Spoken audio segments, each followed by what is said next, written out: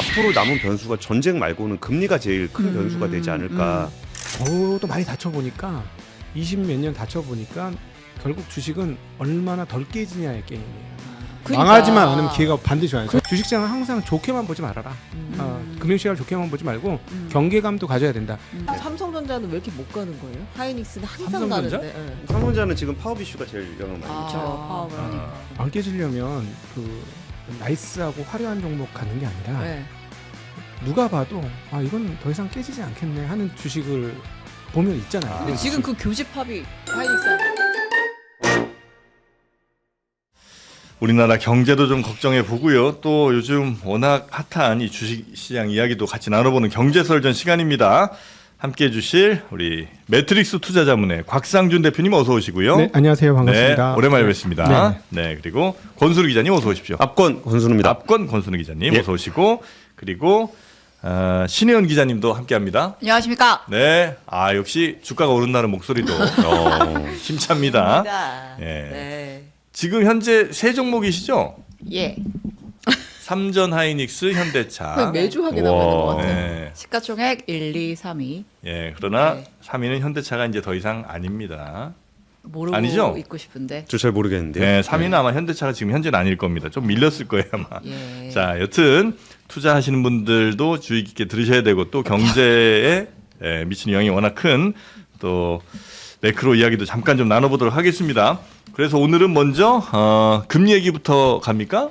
네. 그러니까 네. 저는 금리 얘기부터 좀 했으면 좋겠는데 네. 왜 그러냐면 지금 많은 분들이 주가가 많이 오르니까 마음이 좀 불안하실 거예요. 네. 그러니까 가지고 계신 분들은 이제 언제 팔아야 되나 그게 좀 걱정이 되실 거고 그리고 안 사신 분들은 이제 내가 왜 안 샀을까 자기를 한탄하면서 지금이라도 들어가야 되나 네. 이게 고민이 되실 것 같은데 네. 금리 얘기를 먼저 했으면 좋겠는 게 앞으로 남은 변수가 전쟁 말고는 금리가 제일 큰 변수가 되지 않을까. 이게 아무래도 전쟁 때문에 유가가 많이 올라왔는데 지난밤 브렌트유가 또 100달러를 넘어 거의 110달러 가까이 갔더라고요. 그래요? 그러면은 물가가 이제 올라갈 거고 한동안 잡히기 힘들면은 금리가 결국 그 주식 시장의 발목을 잡지 않을까 싶었는데 오늘 때마침 곽 대표님이 금리 내용을 좀 해주신다 그래가지고 그 얘기를 먼저 듣고 가는 게 좋지 않을까 이번 싶습니다. 주에 그 FOMC 회의 있는 거죠.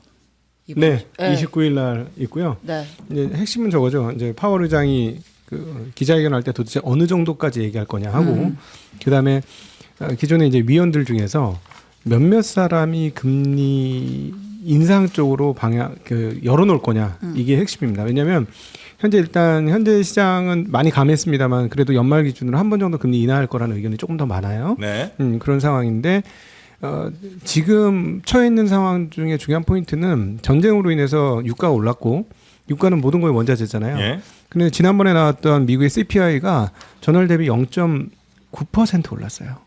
소비자 물가 지수. 예. 예. 그러면 이거를 전월이니까 월 단위니까 12개 곱해보면 10% 어마어마한 나오잖아요. 수치가 나온 거죠. 어마어마한 수치가 나온 예. 거죠. 그러면 여기서도 그동안의 연준 인사들은 뭐라고 얘기했냐면 일단 아직까지 전쟁에 의한 인플레이션이나 이런 것들을 판단하기엔 시기상조다. 네. 상을 좀 봐야 된다라는 게 이제 대체적인 의견입니다. 아. 좀 봤잖아요. 그리고 지금 이제 2달째 되고 있지 않습니까? 그다음 미국 같은 경우 가솔린 가격이 3.3달러 이상이에요. 그러면 소매 가격으로는 4달러, 5달러, 6달러까지도 한다는 얘기예요. 예. 고금류 같은 경우는 뭐 그러니까 이런 상황이면 분명히 그 인플레이션을 건드릴 거고요. 인플레이션을 건드릴 거라는 우려감이 미국 채권 시장에서 떠나지 않고 있습니다. 네. 그래서 전쟁이 뭐 휴전이다 아니다 뭐 이제 끝난다 안 끝난다 해도 10년물 국채 금리는 여전히 4.3에서 떨어질 생각을 안 해요. 불안해하고 있는 거죠. 네, 언제든지 금리가 오를 수 있다. 그런데 여러분이 이제 금리 얘기하면 이제 채널 막 돌아가잖아요. 돌리시면 안 돼요. 네. 많이 주식- 돌아갔어요 이미. 아, 진짜요?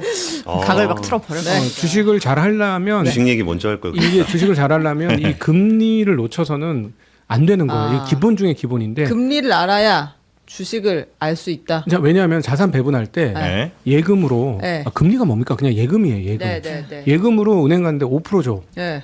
그러면 5% 예금하실 거예요? 주식하실 거예요? 저는 예금합니다. 저는 3% 때도 예금을 했던 사람이라서. 그런데 지금 미국 10년물 국채가 4.3이라고 그랬잖아요. 네. 물론 10년을 박아놓고 있어야 되긴 하지만 네. 10년물 4.3 미국 국채잖아요. 미국 국채를 우리가 일컬어 어떻게 얘기하냐면 무위험 자산이라고. 아, 네. 무위험. 예, 위험이 없다. 네. 반드시 갚는다 하는 거죠. 그게 4.3이면 주식에서 얼마 수익이 나야지 적정하냐 하는 거죠. 그 안정적인 네. 미국 채권에 비교해서 그렇죠. 주식시장에 투자할 땐 그래도 한 10% 20%는 나야 이제 주식시장으로 네. 가는 거지. 그럼요. 네. 네. 맞습니다. 그러니까 20%까지는 아니더라도 그래도 한 7%, 6%, 이상은 돼야 7%는 된다. 나야 되는 거예요. 아이 주식은 기대 수익 20%안 그럼요. 보면 누가 주식 주식은 합니까? 20%는 봐야죠. 이 사람들 이거 큰일 날 사람들입니다. 제가 요즘 뭐 아니면 이런 좋습니다. 분들하고 싸우느라고 욕을 엄청 먹고 있어요. 아니 이거 무조건 100% 아니에요. 네. 2배 안 될 거면 주식을 왜 하는 거예요? 아니, 아니 당황하셨어요. 제가 요즘에 좀 조심하라 이런 얘기 하거든요. 네. 지난번에도 여기 교묘하게 조심하라고. 그때 여기 예. 그때도 좀 조심하라 그러고 장이 한번 빠졌잖아요. 맞아요. 네. 근데 저는 떨어졌을 때 조심하라는 얘기 안 해요. 용기를 가져라. 괜찮다. 편하. 지금이다. 쳐다보지도 마라. 한 달 있으면 다 괜찮아진다. 이렇게 얘기는 했어요. 근데 어느 순간이 되면 요것도 좀 보셔야 되고 해서 저는 어쨌든 가이드를 해드려야 되고 덜 다치게 해드려야 되잖아요. 네. 근데 저도 많이 다쳐보니까 20 몇 년 다쳐보니까 결국 주식은 얼마나 덜 깨지냐의 게임이에요. 네. 그래서 이제 이걸 테니스하고 비교합니다. 테니스요? 테니스요? 네, 테니스. 진짜 선수들은 테니스에서 공격 포인트가 좋아야 이겨요. 진짜 선수, 엘리트 아, 선수들. 서브 포인트를 내야. 예, 뭐든지 네. 이렇게 포인트를 정확하게 때려야 되는데 네. 아마추어는요. 수비만 잘하면 이겨요. 무조건. 그렇죠. 랠리 한 10번 하다 보면 반드시 상대가 상대 실수를 하니까. 네, 이게 투자에서 똑같아요. 투자에서는 많이 먹는 게임이 아니에요. 근데 지금 다들 많이 먹고 싶어서 한다래요. 네. 왜냐면 옆 사람들도 다 많이 많이 먹었어요. 예, 먹어요. 맞아요. 그러니까 그렇지 않고 그냥 안 깨지는 방식으로만 가시면 네. 진짜 돈 벌어요. 이거는 모든 사람이 다 증명하고 얘기하는 바이거든요. 근데 이상하게 이게 일반인들한테 잘 안 와닿는 거죠. 많이 벌면 더 잘 되잖아요. 많이 벌고 많이 깨지면 제자리죠. 많이 안 깨지면 되잖아요.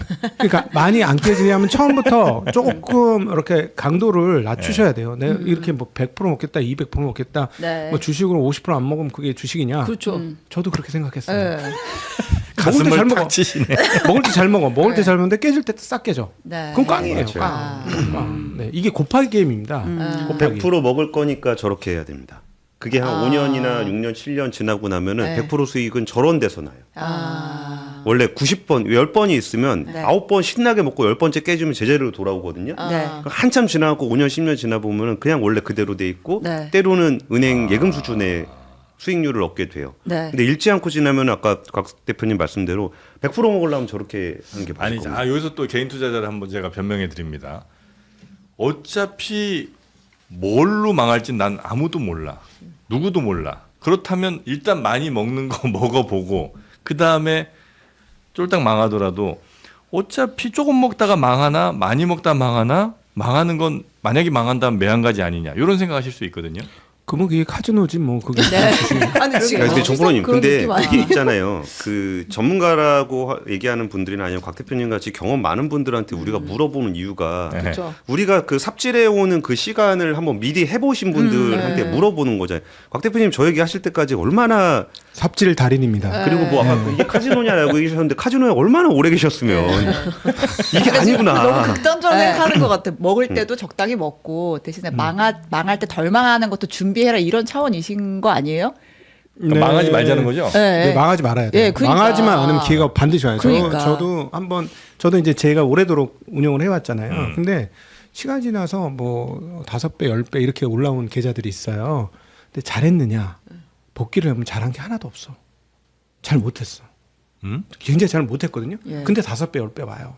근데 그거는 화려하게 한 번 먹은 게 아니라 조금씩 깨질 때 덜 깨지다가 한 번 먹을 때 한 번씩 톡톡 먹는 게 네. 가끔씩 생겨요. 계단식으로. 예, 톡톡 먹어요. 그러면 그거를 이제 쌓고 하고 출금 안 하고 계속 있으면 어느 순간에 뭐 이렇게 수익이 나 있어? 신기하네. 이렇게 돼요.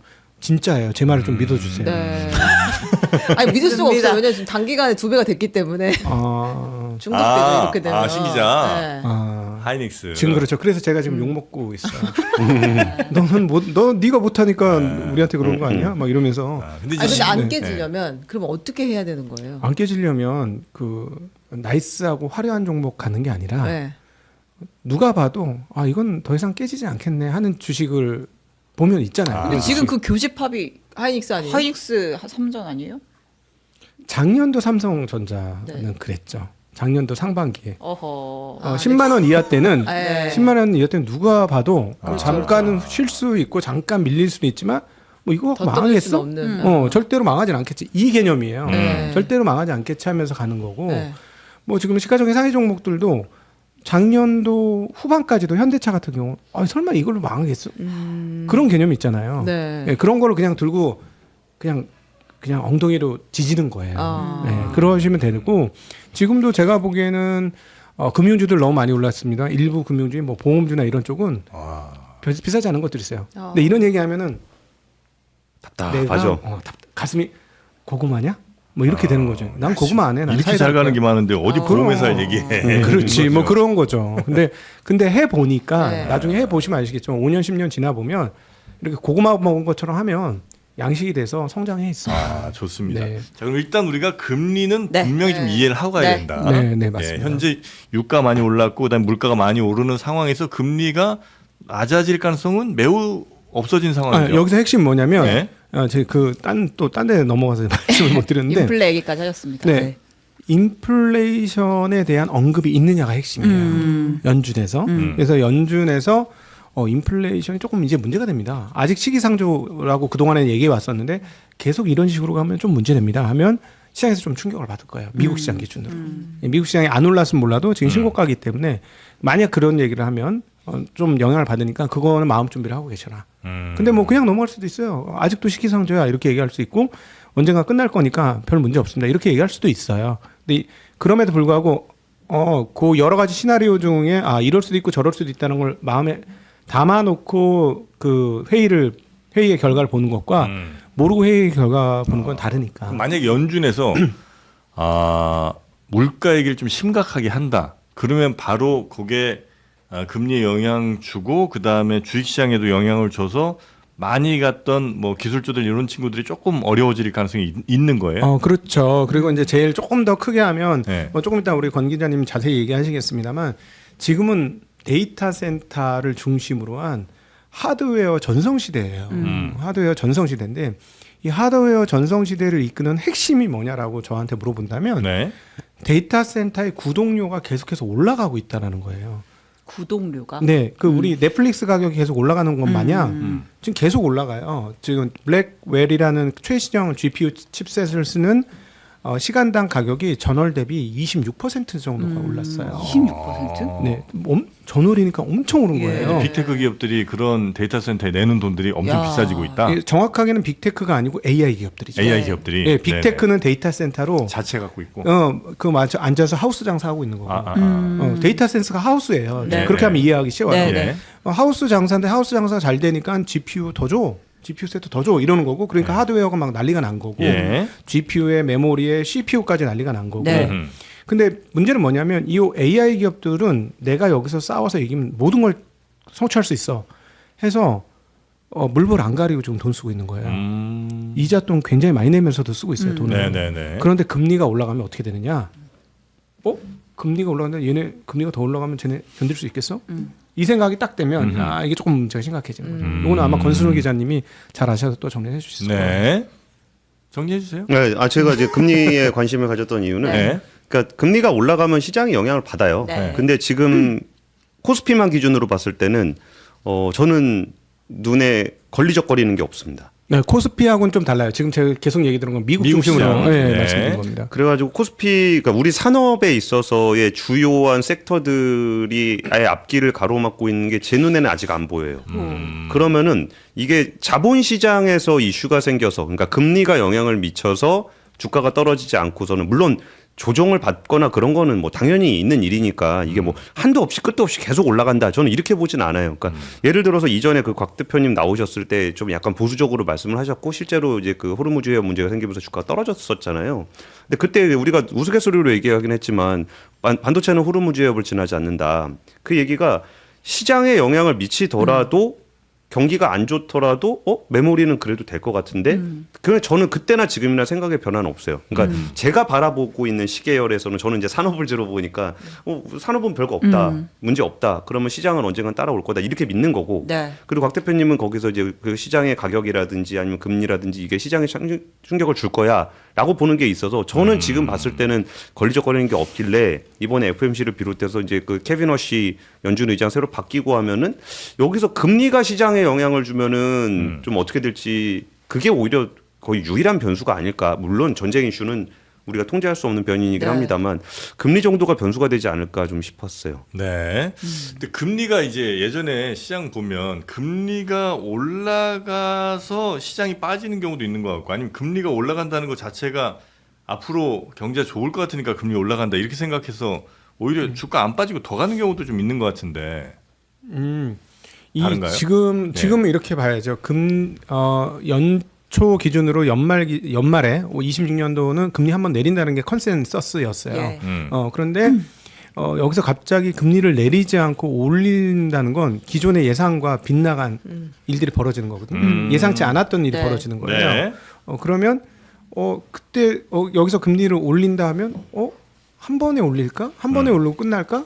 요 고민을 하게 됩니다. 네. 우리가 22년도에 한 번 엄청 얻어맞았던 게 뭐냐면 인플레이션이 심하니까 금리 올릴 거지 알고 있어. 네네. 그런데 계속 올린 맞아요. 거잖아요. 그래서 완전히 무너진 거거든요. 그러니까 여기서 일단 첫 번째 한 번 만약에 금리를 올린다고 하면 네. 그런다는 보장은 없습니다. 네, 금리를 올린다고 하면 내려갈 거라고 생각했는데 예상외의 건이 한 건 터져서 문제가 되는 거고. 그럼 이제 사람들이 금리를 올릴 수도 있어? 올리는 건 아니에요. 이번에 안 올릴 거예요. 근데 몇몇 사람이 제 생각은 한 4-5명 이상의 금리를 올릴 수도 있어. 그것도 언어 생각해야 돼. 언급을 해. 그렇게 언급만 해도 시장은 좀 흔들릴 거고. 그럼 이제 그 다음부터 무슨 생각을 하냐면 그러면 유가가 계속 올라가면 인플레이션 영향을 미치는 건 맞네. 그러면 유가가 안 떨어지잖아. 하고 다시 유가를 보는 거죠. $100에서는 계속 영향을 받겠네. 그러면 이제 자금 조달 상황들이 좀 안 좋아지는구만. 이렇게 되는 거죠. 지금 네네. 그리고 여러분이 꼭 기억하셔야 될 게 뭐냐면 지금 자본 시스템이 핵심 그 자금 조달의 중앙에 자본주의 대출 시스템 있잖아요. 네네. 대출 시스템을 쉽게 얘기하면 뭐라고 표현할 수 있냐면 1조 가지고 10조 빌려줄 수 있는 게 은행 시스템이라는 거예요. 그러면 우리가 모르는 사이에 1조 판돈을 가지고 10조가 쫙 뿌려져 있어요. 이 중에서 제어가 되는 것도 있지만 제어가 안 돼서 뒤로 숨어 있어서 안 보이는 것도 엄청 많거든요. 그러니까 이게 최근에 거기에 관련해서 문제가 됐던 게 3호 신용이었죠. 네. 예, 3호 신용.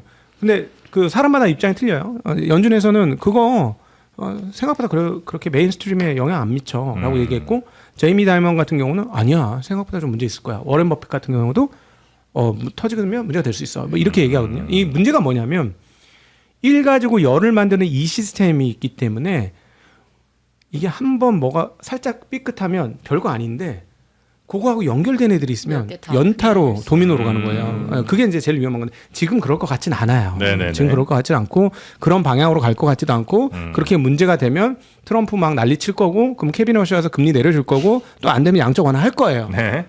그렇게 할 것 같아요. 문제가 생기면 예, 문제 없는데 제가 이제 하나 계속 이런 말씀 드리는 건 주식시장은 항상 좋게만 보지 말아라. 금융시장을 좋게만 보지 말고 경계감도 가져야 된다. 떨어지면 용기를 가져야 되지만 올라오면 좋지만 경계감을 갖고 보는 게 시장을 이해하는 데 도움이 된다. 네. 역시 가는 얘기를 해야 될 것 같습니다. 떨어지는 얘기를 하니까 뭔가 마음이 무겁고 떨어지는 얘기도 괜찮은데요. 그 삼성전자는 왜 이렇게 못 가는 거예요? 하이닉스는 항상 삼성전자? 가는데. 예. 삼성전자는 지금 파업 이슈가 제일 영향을 많이 미쳐요. 파업을 하니까. 그러니까 지금이 뭔가 그 이벤트가 있는 시장은 아니거든요. 그러니까 이제 실적 발표가 다 끝나가지고 대충 이 정도 추세다라는 거는 서로들 이렇게 보고 있어요. 그럼 뉴스나 어떤 시장 유동성이 지배를 하는데 뭐 대부분의 사람들이 그 생각하잖아요. 삼성전자 살까 하이닉스 살까 막 그러고 있잖아요. 그럼 똑같은 조건에서 둘 다 실적 발표해서 둘 다 잘 나왔어요. 네. 앞으로도 전망도 좋아요. 근데 지금 산다고 생각하면 둘 중에 누구 사겠어요? 하이닉스를 사겠다. 여기는 파업이라는 악재가 지금 앞에 있는 거고 하이닉스는 없잖아요. 그러면은 그러니까 파업이 그 회사에 영향을 미친다는 것도 아니고 기업 가치에 데미지를 줄지 안 줄지도 모르겠는데 지금 사는 사람들의 센티멘탈을 생각해 보면은 삼성전자가 약한 거는 그런 정도로 좀 쉽게 설명할 수 있을 것 같아요. 네네. 파업 이슈가 어쨌든 투자자들한테는 상당히 좀 부담되는 이슈긴 하군요. 왜냐면 이제 불확실성의 일부긴 하니까. 그렇죠. 예. 그냥 엄청나게 불확실하다, 큰건 그러니까 불안하다기보다 하이닉스라는 대안이 하이닉스는 있으니까. 파업 안 하니까 안 하는 대로 가는 거죠. 월급을 이미 다 줬으니까. 네. 네. 하여튼 뭐 그러면 삼성전자 하이닉스.